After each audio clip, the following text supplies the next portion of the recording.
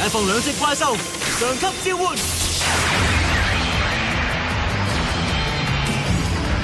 追求真理嘅火焰永遠唔會熄滅，咁就係勝利嘅有效燃燒。咆哮啦，化學火永源！係學仔嘅王牌怪獸啊！跟住我再召喚兩隻紅袍博士上場。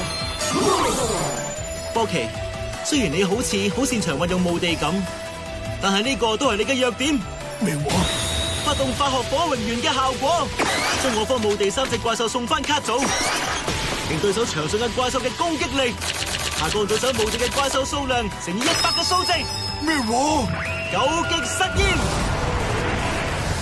而家喺波奇嘅墓地入面存在嘅怪獸有12隻啊！攻擊力要下降1200點啊！做得好好啊，阿學，咁樣佢嘅卡組就冇意義啦。跟住就係根據獲得勝利嘅推論，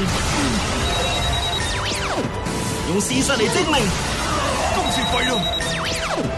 為勝利作出總結，燃燒熱量。